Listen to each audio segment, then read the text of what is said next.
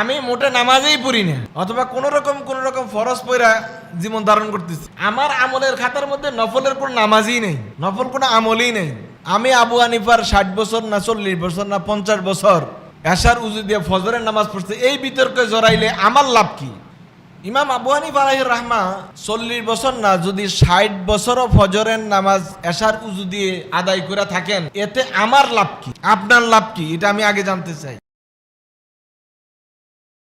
আমাদের আরেক ভাই প্রশ্ন করেছেন যে ইমাম আবু হানিফা রাহিমাহুল্লাহ 40 বছর এশার উজুতে ফরজ পড়েছিলেন, এ বিষয়ে বাস্তবতা কি? আল্লাহ রাব্বুল আলামিন সব বান্দাকে একরকম সক্ষমতা দেন না, এটা আল্লাহ তাআলার সুন্নত নয়। একজন মানুষ সামান্য একটু কথা বললে অনেক কিছু বুঝে ফেলে।